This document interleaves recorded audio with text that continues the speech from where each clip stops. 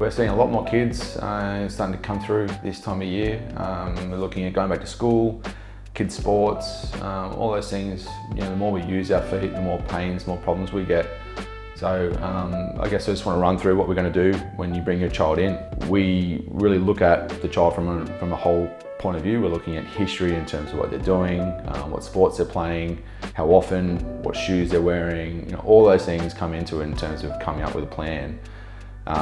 When you bring your child in too, we'll be looking at doing range of motion testing, so we'll look at how their foot moves, making sure there's nothing going on in terms of development as well. That's a really important part. Then from there we'll have a look at walking, things like that, looking at the specific issues as well, so looking at things like Sever's disease and stuff like that in terms of growth plate issues with bones in the heel and things like that. And then from there we can really come up with a plan in terms of looking at what activities they're doing, looking at how they might need to be changed, looking at shoe wear. Shoe wear is really important in terms of child foot development too, because we're looking at, you know, if a child's fairly small, the amount of weight the amount of force they're putting through their feet is not that great. So often we get a big change just with a good pair of shoes.